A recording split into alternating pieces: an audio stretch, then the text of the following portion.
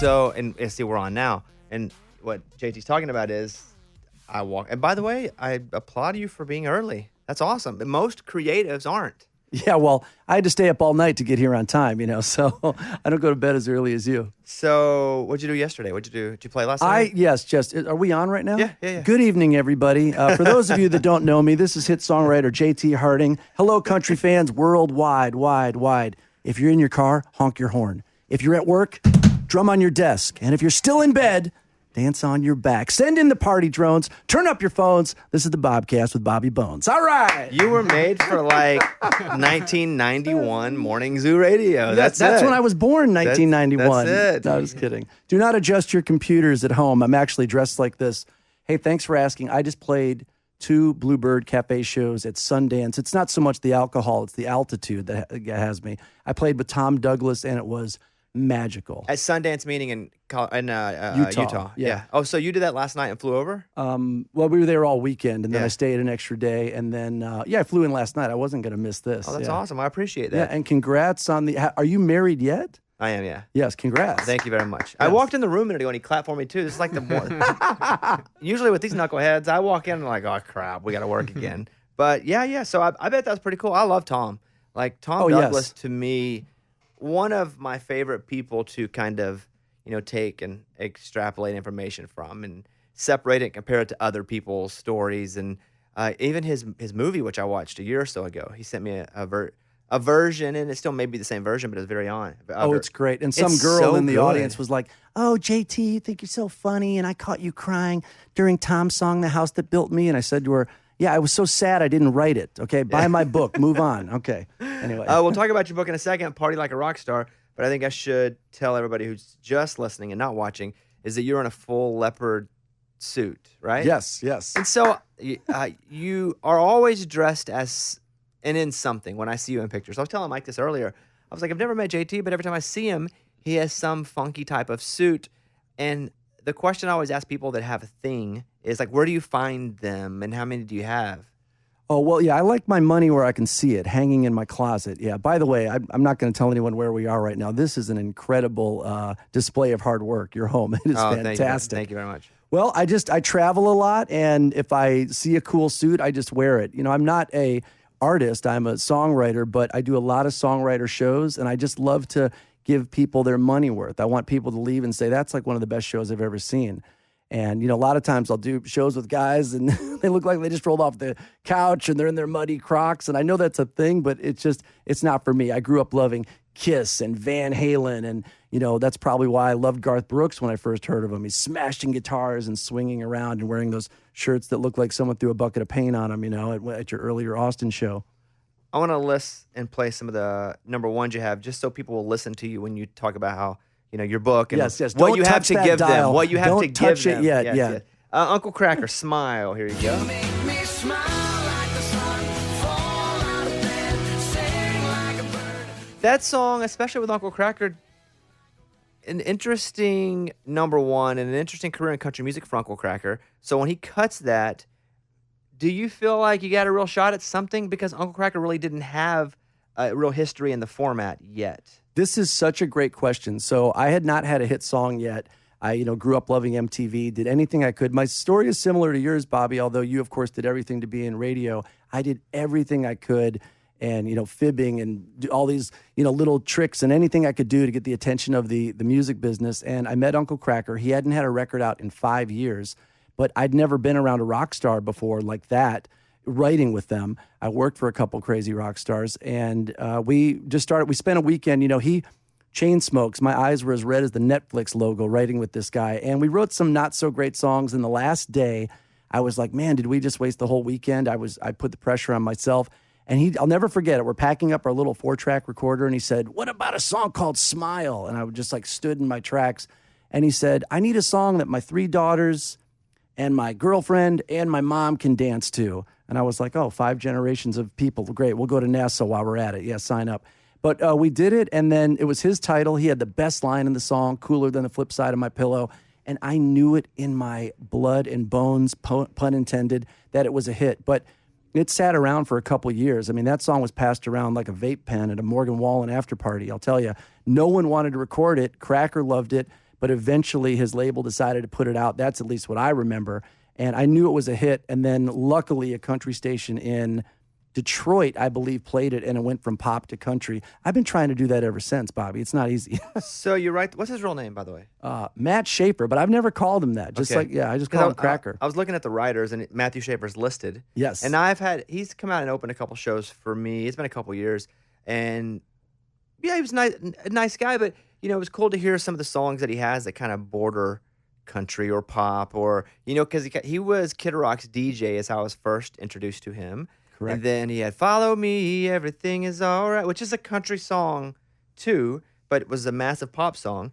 And you write this with him, but what I'm hearing is when you wrote it and you finished it, he didn't cut it right away. You wrote it to give to other people. Well, I wanted it to be for him. I think he did, and I don't know the ins and outs of it. He could tell you, I guess, but nothing was really happening with him at the record company that time. But he did co-write All Summer Long that Kid Rock put out, and I think that kind of got a little momentum. And Kenny Chesney was always taking Cracker out on tour, so everyone knew who he was. And I just knew it was a hit. And I write a lot of songs, and I don't always jump up and down and feel like they're hits, but I just felt Smile could really be a hit. But I'm glad that he recorded it.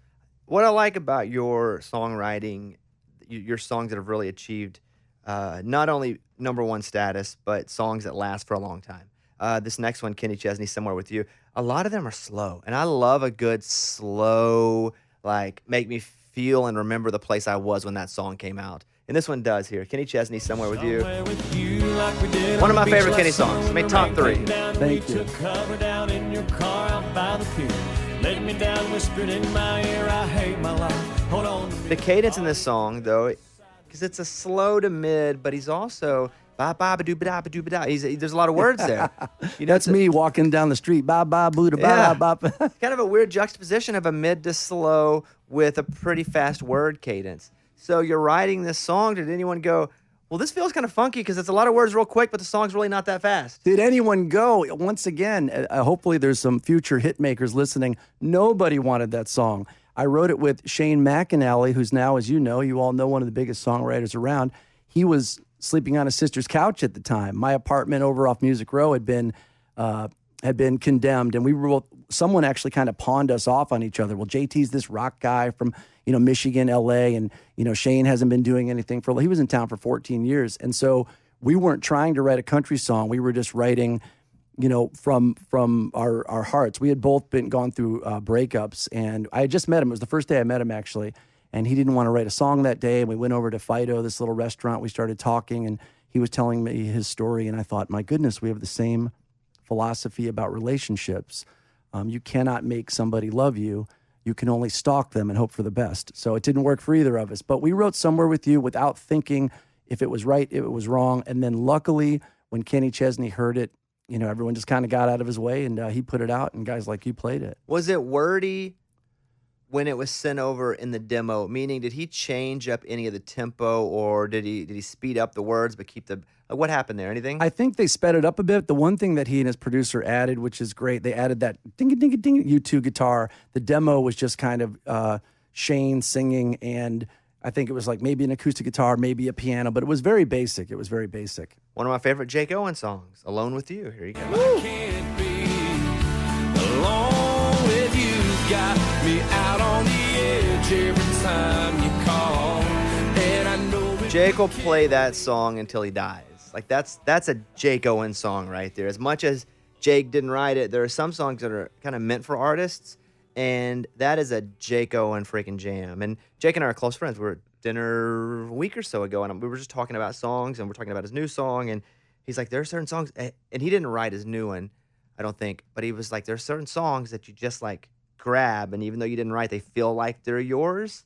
And that to me is such a Jake Owen song. So you wrote that with Shane as well. Yeah, Shane as well. The original title was called Running with Scissors. Did you know that? I did not. Shane had this book called Running with Scissors, and we thought, it's like I read that book. It's an analogy for, it's not about the book, but it's like an analogy for bad, relationships or whatever. Who wrote that? Did Klosterman write that? I don't know. Mike, will you look? I'm so curious because I've read that book. Yeah, but continue that. So the song was called Running with Scissors. We made a demo of it. We heard Jake Owen was recording it. And then I'd never met Jake Owen before. Barefoot Blue Jean Night was a huge hit. And apparently you can ask him this, standing in the vocal booth, apparently he said to his producer, I don't really love this running with scissors line.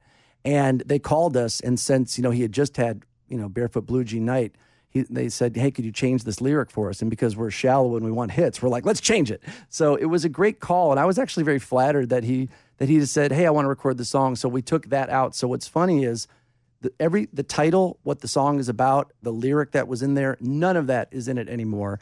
And it became Alone With You, and it became a big hit, which I'm really grateful for. Where was the running with scissors? You got melody me, that.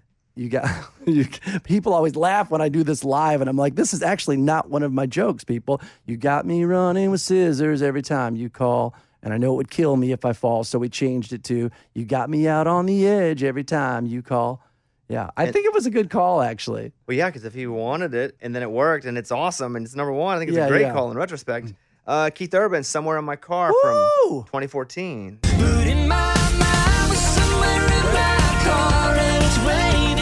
You wrote that with Keith? Yes, with Keith. And do you know how I met Keith Urban? You probably Too don't. early for Bumble. Yeah, I have no idea. I was just going to speculate. Too early for Bumble. Go ahead. When Somewhere With You came out, my friends started texting me saying, Keith Urban is talking about your Kenny Chesney song. He's telling his fans to buy it. I think he made a little link for it in the pre-iTunes days or whatever.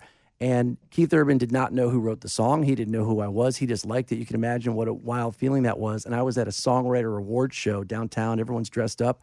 I was in the men's room washing my hands, and I just kind of looked over, and standing there at the wall stall was Keith Urban. Wow. Yeah, and so I waited for him. I invented the long hand wash. I just stood there, and he came up, and I introduced myself to him, and he was so cool and so humble. He said, mate, what a song. If I'd have just heard that before anyone else, I would have done it. And I said, God, that's just crazy, because I sent it to your record company and your manager.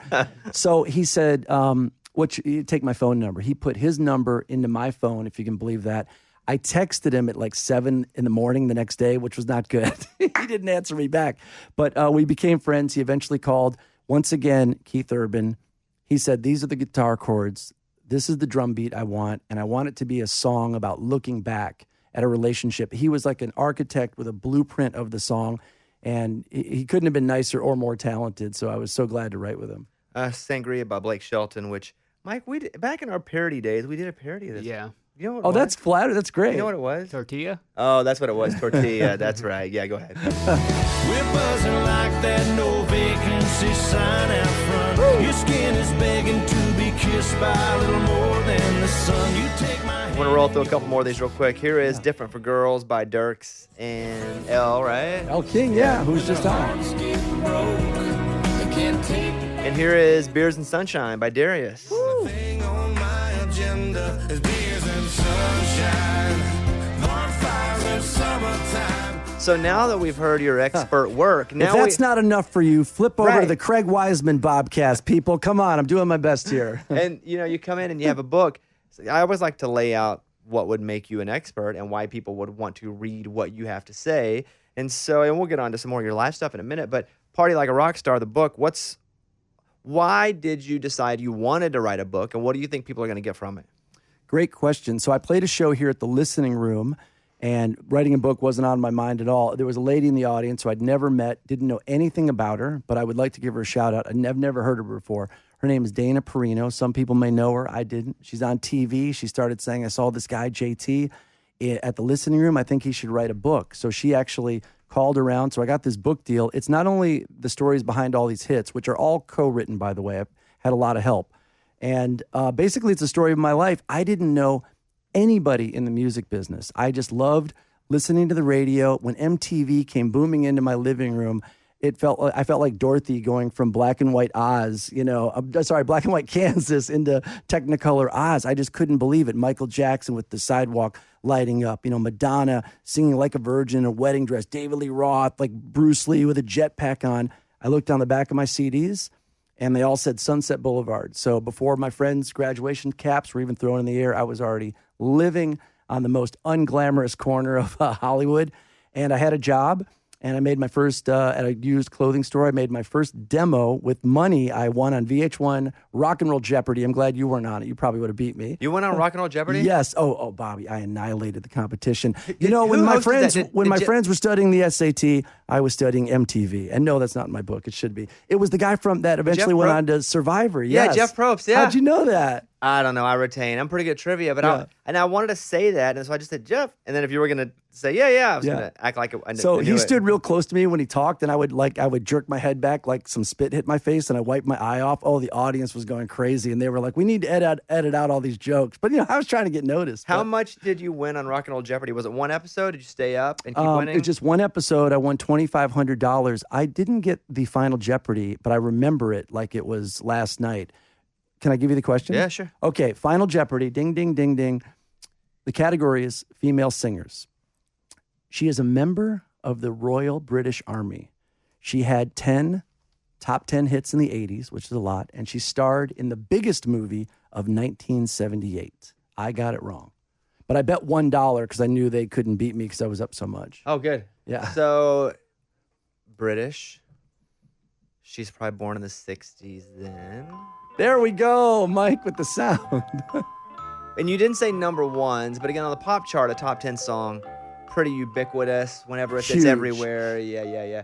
But, I mean, like a And Debbie the Harry. biggest movie of... Oh, the movie. The biggest movie of 1978. I saw him writing his answer down. I stopped him. And solo artist, huh? Because Debbie Harry's in a band. Yeah.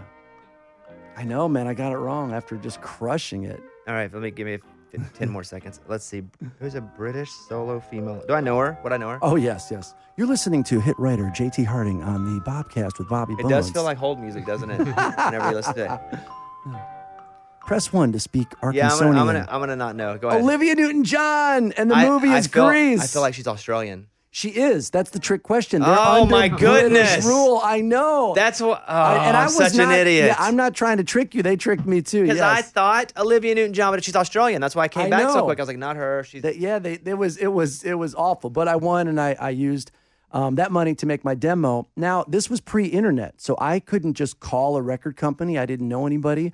But I knew a girl whose roommate worked at FedEx. So I borrowed the FedEx jacket. I mean, this is like some of the stunts you pulled, right? And like Obi-Wan Kenobi just sauntering into the Death Star, I walked into every record company with the FedEx jacket, past the security guards, funny. past the promotion guys chewing on their golf tees. Oh, and I put my CD in every mailbox in LA, yeah. And then did anything come of all of the CD placement?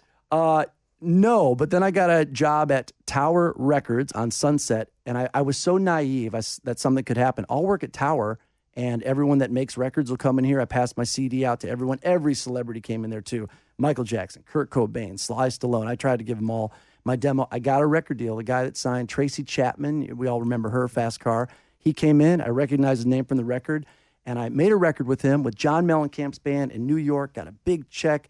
Release date, all that stuff, flew back to LA, put a band together, tour dates. And they never called me again.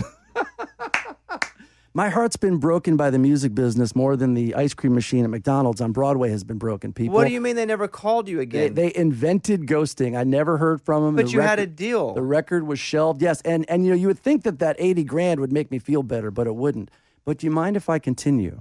I was worn out. I'd been in LA for 5 years, chasing my dream. I decided to take a break and recharge. I get a job working for the superstar band Linkin Park. This is all true. About 6 months, 6 guys in the band, really great, very low maintenance. I would not talk about my music, but they would see me working on my songs sometimes, and then I would put the guitar down. One night, I'll never forget it, in Kansas City, sold out. They asked me to open up for them. What were you doing for them? Getting their stage clothes washed, which were pretty much their street clothes. That's a great question. They would have food after the show. I would make sure to order it. Always check the food as it's delivered because you don't want the food to be wrong. And putting out magic markers for their autograph sessions. They were very low maintenance, and they couldn't have been nicer. So one night in Kansas City, they said, "You want to open up for us?" I said, "You betcha I do." I mean, it was like a bachelor walking to his wedding. So check it out. I think the opening band was Slipknot and then Linkin Park. I went on in between them with my acoustic guitar. Now listen, to anyone out there, if you ever get the chance to stand on stage, like Bobby has, in front of 30,000 people, holding a guitar, the spotlight on you, and hearing every one of them go, "You suck, you suck." It gives you a chill, doesn't it? They were booing so loud you couldn't even hear anything. But Linkin Park had asked me to stay out there, or asked me to be out there. So I said, I'm going to stay out here. So I finally said, all right, Kansas City. Hang on a second, Kansas City. They're booing. Does anyone out here like Ozzy Osbourne? And there was like a little bit of a rumble. And I said, well, here's some Joan Osborne. What if God was... Anything not tied down was thrown at me. Bottles, lighters, coins. I got struck in the head with a coin, and I was bleeding from the head. And the audience starts roaring like a jet engine starting. And I'm thinking, I'm winning him over because I'm about to die out here. Little did I know, Chester Bennington, the superstar lead singer, had come out on stage to rescue me. And bless his heart, he's passed away now. He takes me off stage. The next day in the newspaper, there's a picture of Chester and I. His arm is around me. I'm bleeding from the head. We're on stage. It's above the review. That picture is actually in my book. And the little paragraph says, the opening act was a one-man band. Despite bleeding from the head, his name is J.T. Harding. Despite bleeding from the head, he finished a 2-song promising set. And believe it or not, there was some kid in the audience, got one of my long-lost demos by the tour bus. I don't even really remember handing them out. His dad called someone, and they called someone in Nashville, and they said, we saw this guy, J.T., you gotta call him up. And that's how I got my deal in Nashville. Can you imagine that? So failed record deals, getting kicked out of record companies, booed off stage in front of Linkin Park. And little did I know the universe was like leading me here. And I'm very grateful to be here. I guess my question, if we take a half step back about your experience with Linkin Park, is why do they put you in the direct support spot and not the opening spot if you're only a guitar? I don't know. And it wasn't a joke. Someone forgot to introduce me. So the crowd thinks Linkin Park's going to come on. And then I'm standing there. It was like 30,000 Charlie Brown faces just morphing. I don't think anyone thought it was going to go so bad. And the roadies came out and they had those big brooms like janitors have at high school. And there were so many coins, hundreds of coins. And they said, JT made a fortune tonight. I mean, I'm really thankful I didn't get, my eye knocked out or something. But they couldn't have been nicer, If you're born in South Detroit? South Detroit, which is actually Canada, I've heard. But yeah, no, I'm American, yeah. So, and we're in the Canadian version of Detroit, which that town is? Windsor. That's right. Yeah. So we're on in Windsor, so we cross over into Detroit. But I would imagine being from South Detroit, do you hate the Don't Stop Believin', the Journey song? Because that's... Born and raised in South Detroit. No, I almost just sang it. I don't, because as a kid, I loved music so much and I still put it on such a pedestal. I couldn't believe that Journey knew what Detroit was. So I've always loved it, and even there's a Bon Jovi song that wasn't a hit. And at the very end of it, he goes, Detroit. And I was like, oh my gosh, he knows that we're here, So I actually, sorry to watch your feet, sorry to name drop. I actually wrote with John Bon Jovi, and he said, you're from Detroit. He said, before I had a record deal, I got in my car, and I drove all night to Detroit to the Motown Museum. It was closed. So I stood up. It's like a little house. He said, I put my hands around my eyes and looked in the glass just to feel all the vibes of the place, got back in my car and drove back to New Jersey. I was just like, wow. I didn't expect to tell that story, but you reminded me of it. Also, please name drop. That makes the podcast that much better. Oh, right? good. Please name drop all you possibly can. I know Chris Jansen, are you going to take a drunk girl home or fix a drink? You're confusing us in Winnebago world. Thank you. Are you going to, and I know in your book, you talked about your father. In my book, I spent a lot of talking about my dad bailing on me, didn't know him and in my second book, I actually went back and met him. Like that was a big goal of mine. I haven't read that yet, but that's incredible. No need. I'll tell you the story now. Yeah. I didn't know him. I couldn't write a book about having to face a fear or face failure without having to do what scared me the most, which was go meet my biological father. I did. And, we aren't close now by any means, but he wasn't a villain to me anymore. But I had to write that. So I had to a lot of stuff came bubbling up again that I had been through and had repressed for years and years. And then when I went and met him, too, it was crazy. So the story about your dad is interesting. Tell these guys here what's up with your dad. All right, it's funny you say bubbling up because I'm not joking. This doesn't usually happen. So I was adopted as a child, and it's starting to bubble up. So I wouldn't trade that for anything in the world. I was saved. And you're going to love this. So my birth certificate is an apology from a condom company. It's framed next to my Sangria album. You'll love that. Bobby's laughing, people. This is all true. My biological father was trying to break into radio right out of college, and he had a late night radio shift. Don't worry, Bobby, it's not you. He had a late night radio shift, and these sorority girls were calling up requesting songs late at night, and one of them sounded fun and flirtatious, so they kept calling each other, and he would play her songs over the radio, and they met. And speaking of Olivia, let's get physical. They ended up having me, but they couldn't take care of me, so they gave me up for adoption. And I found out all these years later, that was the story. And I met my biological father. Is this what you want me to go into? Yeah. And so basically, my biological mother was looking for me forever. And I have parents, the Hardings. I wouldn't trade them for the world. And she said, hey, after a few months we were talking on the phone, she said, I want to tell you who your biological father is. And I said, oh, and I knew she was serious. She said, he's not like other people. And that, I didn't know what that meant. You're all probably thinking, what does that mean? You know, just being sincere, that could mean anything. And she said, he's an actor. I said, he's an actor. And I was living in LA already. And she said, yeah, he starred on the show Cheers. And my brain, like the Terminator, looking for a human, I was scanning the cast of Cheers. I had 3 roommates at the time living in that dump, and I yelled to them, my biological father is Ted Danson. I'm rich. It's done. And she said, no, his name is Jay Thomas. Now, I know a lot of you out there that are younger are probably scratching your heads, but he was on Cheers, Mork and Mindy, Murphy Brown. But at the time, he was a giant DJ in LA, 1 block from my apartment on the side of a building, and he got in a lot of trouble as a DJ. He would have loved you.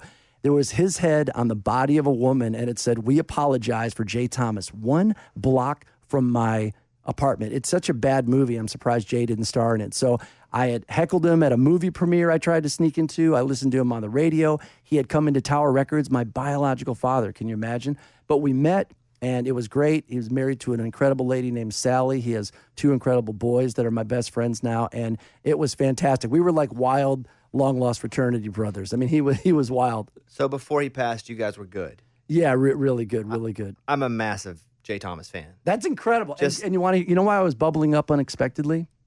I didn't expect it. It's his birthday today, and none of this was planned out. And here I am with you. Yeah.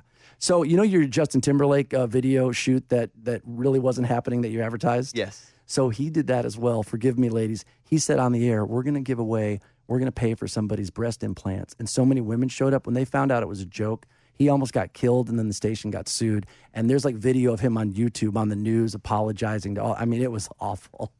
Wow, you find out that your dad is somebody that you already know. You don't know, but you know. And somebody that's famous and in the same town. I mean, is that a lot of therapy?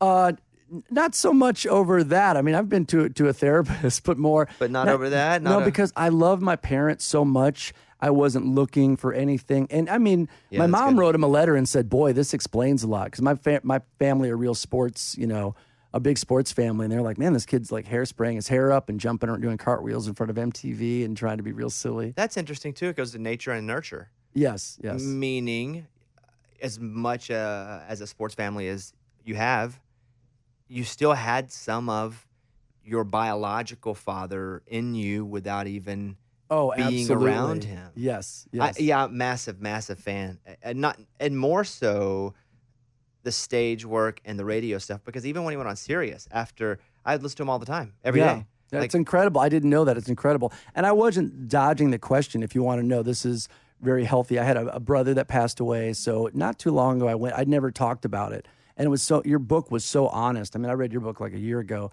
and when I was finishing my book, I was like, this is such a big chapter in my life that I'm omitting. So I put it in there. So I went and talked to somebody. I didn't know I was so uncomfortable about that.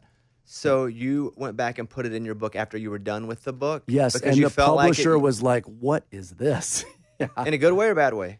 I think in a good way, yeah. But, listen, if it's raw and real, even if it's uncomfortable, it's awesome. Yes. Because other people are going through very similar things, and they may not have the words or the platform or the capacity to share it. Or they may be too embarrassed to share it. And I found when I wrote my first book, and there was a lot of stuff in there about my mom and her being an addict and dying, and some really embarrassing things that I thought, I don't want to share this with people because I don't want to feel sorry for me. And that's really what it was for me. But what I found was, because I would tour and I would talk to folks, the things that I was most worried about being embarrassed of and worried about people feeling like I was lesser than, they related to. And that's what actually made me and the person that read the book closer. It was the exact opposite of what I was scared of. Yes. It actually made them feel like they knew me and me feel like I was actually talking to someone that understood. And so that's really, it's great, but it's also like that's very strong of you to go back and put that in because you knew it was incomplete. And you said the best word. I don't know why. I think I was embarrassed, like bringing up. I had a brother that passed away. I think it was weird. I thought maybe people would judge me from it. And I had actually apologized to a few of my really good friends in town. They were like, well, you never told me about this. I'm like, oh, well, you're asking me if, I saw the Friends reunion. Oh, and by the way, my brother passed away in 6th grade. So, you know what, let's go down and get some hot chicken. It just never came up. Right. You know? Well, that's really big of you in many ways to go back because you didn't write it with that in mind. No, not at all. You went back and thought, all right, that's me, but it's not complete. Exactly. And it's easy to just go, you know what, we'll complete it? Another story about how great I am. Yes, not at all. Yes. Listen, and anyone out there, if you can tell, I hate attention. Yeah. And I have another brother named Lance who's incredible, who was not adopted, and he's as big as this table. In the book, he goes by his Native American name, Dances with Budweisers. But he's my little brother, and he's gigantic. So it's great. I'm very, very lucky. And then I got to meet Jay and everyone else. When you move to town, you come to Nashville. You don't know Nashville yet. People looked at you as what early on? Oh, this kind of cool rocker guy that came from LA. Let's write some rock songs with them. And then, I actually did put out a song, which actually was big in Little Rock, but not on your station. I wish I knew you then. I would have called you called Party Like a Rock Star. And it bubbled up a little bit in a good way. Hold on a second. Do we have a clip of this? JTX. Oh, my goodness. Bunch of strip bars, wake up naked in a hotel room. Throw my TV at the window, smoke a bunch of endo, anything to get my mind off of you. Find a telephone pole to wrap around my car and party like a rock star.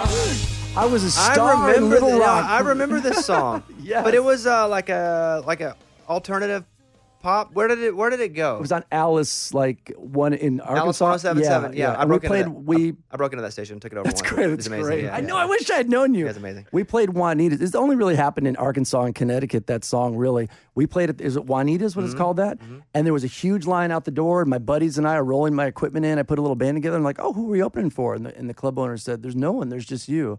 I was like, oh my gosh, so it was my little fun rock star moment. That's I awesome. Can't believe you have that clip. Yeah. I remember that song. I'm on a That's awesome. Yeah. Look at all this stuff. It's cool. Thank you. And here's Love in America. Let me play a little Love in America. Kids, here we go, heavy metal disco. Put your hands up, this is Love in America. Malibu to Broadway, dance away the heart. What's the difference in the stuff you put out 2009, 2010 as JTX and your first record deal when you were in LA and you never got the call back? Like sonically, what was the difference? Oh, it was more kind of Hootie and the Blowfish. I probably wasn't that good, but Hootie and the Blowfish, trying to be, Counting Crows, Sheryl Crow, singer-songwriter. I was out in L.A., I was trapped between, I was at the intersection of Bret Michaels' hairpiece and Eddie Vedder's flannel. I love 80s rock, but I can't play guitar like that. And I wasn't angry like the grunge guys, even though that music is great and catchy. But then, as I said, Counting Crows, Hootie and the Blowfish, Sheryl Crow came out. Then I discovered Vince Gill and Garth Brooks, all working at Tower. I would discover all these CDs. So it was kind of like that, but it wasn't. It definitely evolved. It was very singer-songwritery, but it just wasn't meant to be at the time, which is fine, If we're rewinding a second, when you say, you're not After I cried for 9 months, it's fine. You say you're not an artist, you're a songwriter. First of all, songwriters are artists, and I think we both know that. And I think you meant in the terms where you're described now, where people will go, he's a songwriter, more so than what I guess an artist would be, someone who gets on stage and fronts and sells tickets.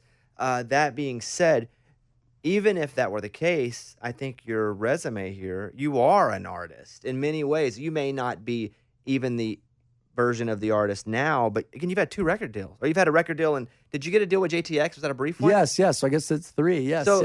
That's what I'm saying. You should never not call yourself an artist. You're right. JT Harding, artist. Yes, I'm insulted for you. You insulted you, and I'm insulted that you insulted you right now. I got to tell you, this is like the biggest ego boost I've had. Me too. Yo, I walked in, you clapped. We're both feeling good here. Let me play a couple of songs here. This is Feeling Good thing Alive. I didn't walk into his bedroom. From the Jonas Brothers.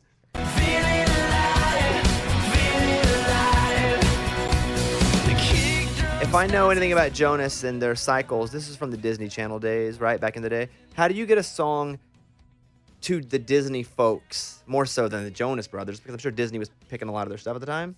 Yes, the great question. This is the only time this has ever happened. I met a great songwriter named Busby, who you probably know, and unfortunately, man, He's passed away. I met him. It was like late at night. It was like 8 o'clock at night. I was like, we're writing a song at night. Never met this guy. And he said, hey, the Jonas Brothers have a TV show and they're looking for a song for it. So we kind of, of course, I knew who the Jonas Brothers were, but I kind of Googled, sitting there, I Googled where they were from. Are they from New Jersey? I do not know. I thought they were from the land of Jonas, an island where kids are turned into pop stars. Yes, exactly. That should be a movie. So I think they're from Jersey. So I just said from Jersey town to the Hollywood sign, da-da-da. I think the song was called This Is the Night, and they may have changed the title to Feeling Alive. I can't remember. So it's the only time I've done that. A lot of people in town say, hey, who's looking for songs? Let's write something just for Carrie Underwood, just for Dierks Bentley. And that doesn't work for me personally. It just never has. But that's the one time.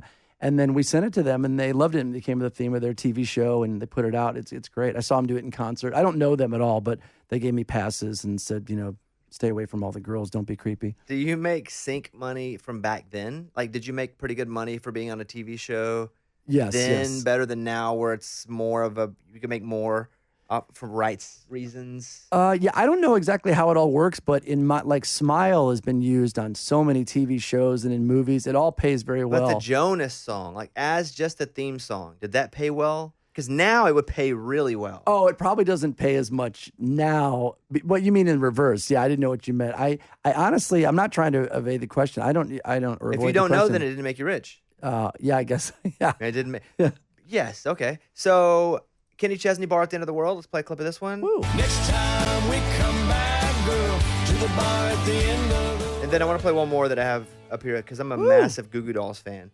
Here is When the World Breaks Your Heart. Now it's you and me, like the stars we burn forever. So did you write with any of those guys, Johnny? Or yes, so I was in a studio in New York City, like in New York. Like here we just write in houses and whatever.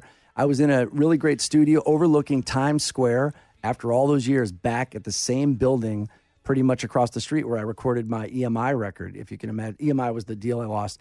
And going back to Alone With You, I believe his wife, it was a girlfriend at the time, he's married now, Johnny Resnick's wife liked Alone With You, and he was recording in the studio, and he came out and just asked me about it.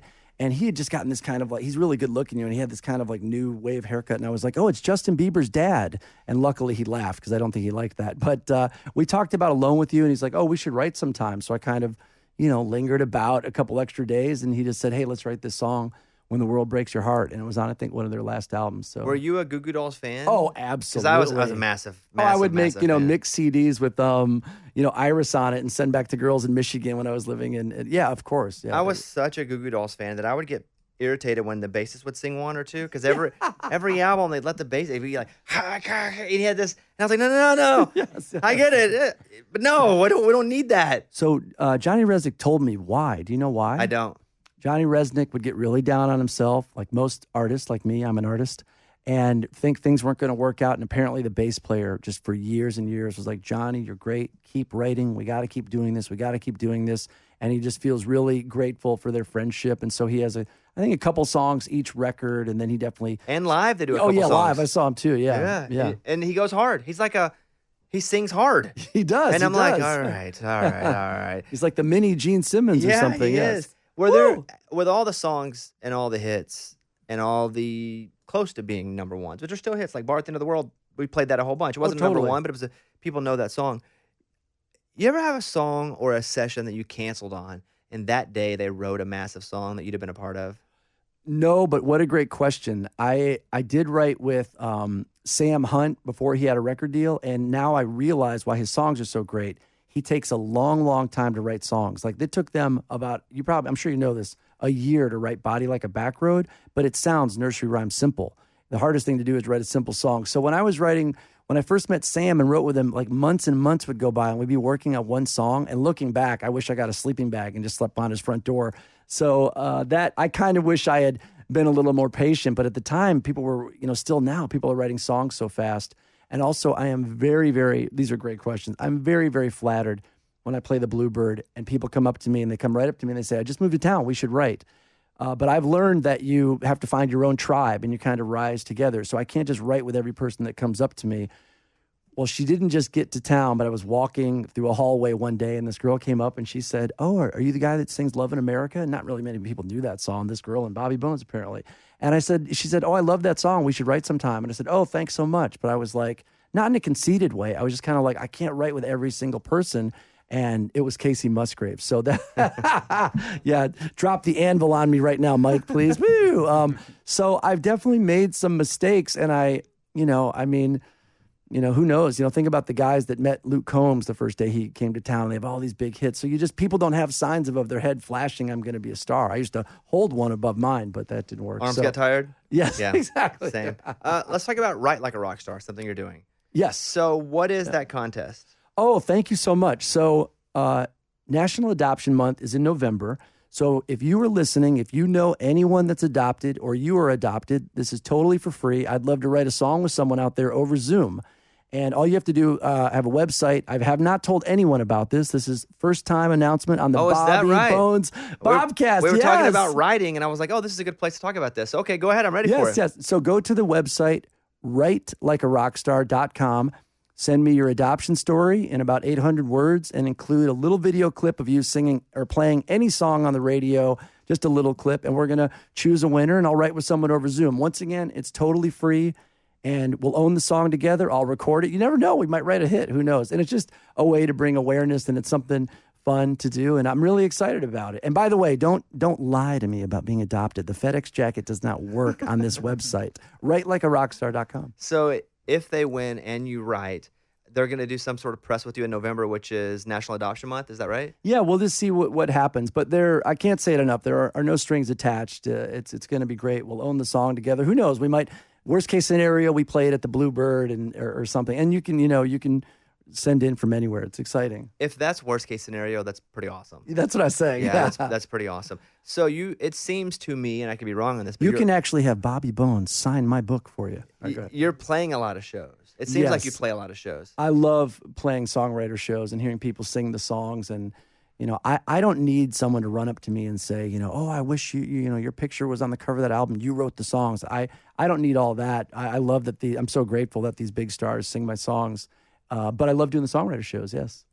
And what about that?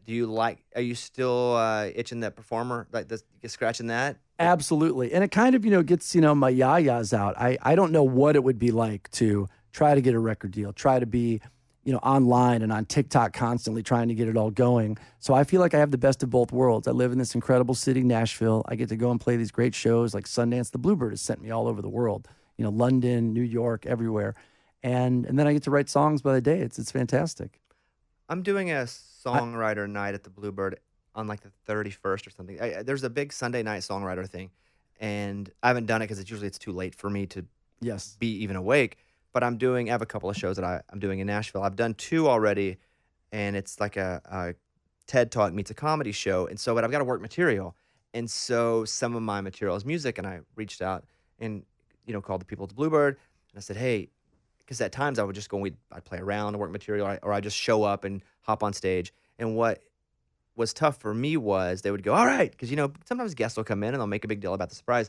And so I called and I said, hey, I got some songs, and with comedy songs, you don't know if they're funny until you play them in front of people and see if they laugh. Yeah. You can write a real catchy hook. 4 people can listen to that. That's a really good hook. And you know it. It's with comedy, you may feel like the joke's great, but until you do it in front of people and they actually laugh, you don't really know. So I write all these jokes, write all these songs. And I said, hey, do you mind if I come up? And they said, sure, we'll bring you on as a guest, a secret guest, a big surprise guest. I'm like, okay, sure. So I go up, and it's a Sunday night, and they say, all right, everybody, and it's the stage, not the round. It's the stage, not the round. They're like, all right, you guys are never going to believe who's here. And I can feel people sit up a little taller, and I can see a little bit out there because I'm in the back.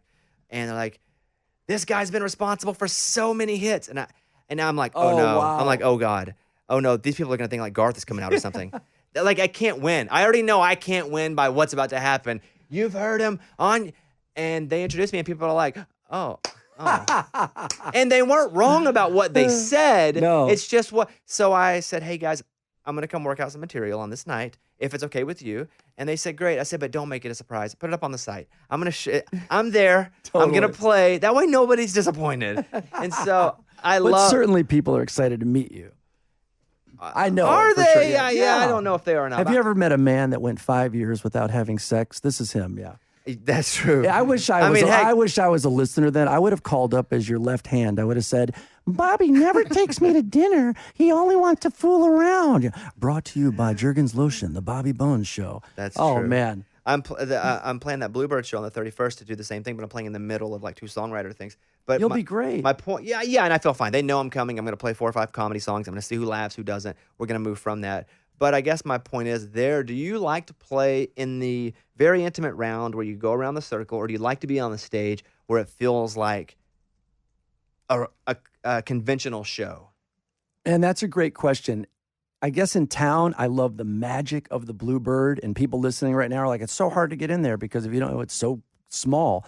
I do love that, but it's a whole different experience being out at Sundance for 2 nights, 1,400 people both night. Everyone had their phones up with their little lights on. Unfortunately, it wasn't my song. It was Tom Douglas's song, but I was still sitting there watching. You saw it happening. Yeah, I was on stage. Yeah. Someone snap a picture. So I guess, if someone said, hey, do you want to go play a shed with Bobby Bones' band. I'd rather do that than. I guess I meant at the Bluebird specifically. Would you rather play on the stage? Oh, I'm sorry. No, I'd rather play in the round. You would rather play in the round? Yes. Because it's like you're with friends?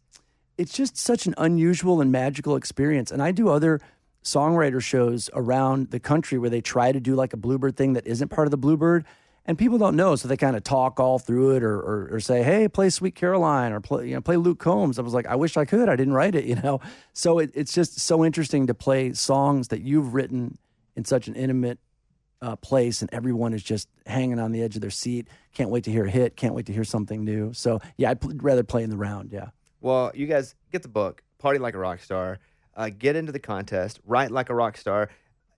.com for the website, and then you can possibly write with a rock star, a real life artist. I'm going to walk around now calling myself an artist. Hey, before we go, I would not have hit songs if it wasn't for country music fans, country DJs like you that play the songs. So thank you very much. I act really silly a lot, but I'm very, very grateful. I have a great life. So thanks so much for having me on. How many suits do you have, like with Flair? I think about like 7 or 8. I'm looking for some new ones though. A lot of people have seen that. You would love, Mike. I have a Star Wars one.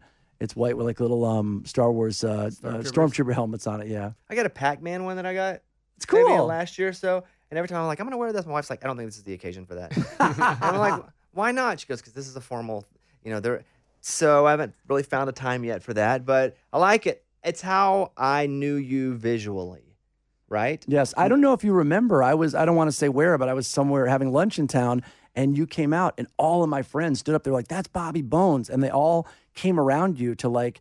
That's never happened. No, to play a song. No, for real, to play a song or something, or to play at your wedding, one of them said. And you looked over all of them and you said, this really happened. You said, it's the guy in the crazy suits. And they all turned around and looked at me, and I was like, holy cow, wonder how he recognized me. Oh, and now they're all like, hey, where do you buy your suits, man? Yeah, they're going to go crazy. That never happened. People don't come up to me like that and surround me and lift me above their head and go, this is our leader. This is our leader. It did. I wouldn't make that up. Yeah, and you just went, it's the guy in the crazy suits. You probably saw it on like Phil Barton's Instagram or something. Was I coming out of like a gym? Of a cycle studio? Yes. And I ran into, and I do remember this. Yeah. I saw you, but the writers of And Then God Whispered Her Name. Yes. And he was like, hey, I wrote that. I was like, oh, yeah, we're using that in our wedding. And then I saw you and I was like, it's the guy that wears the suits. yes. That's right. I do. But nobody surrounded. That whole story about they lifted me up twice, okay? And they tossed me in the air and sang for He's a Jolly Good Fellow once. Exactly. That was it. But after that, it was over. Yes. Listen, I've really enjoyed this.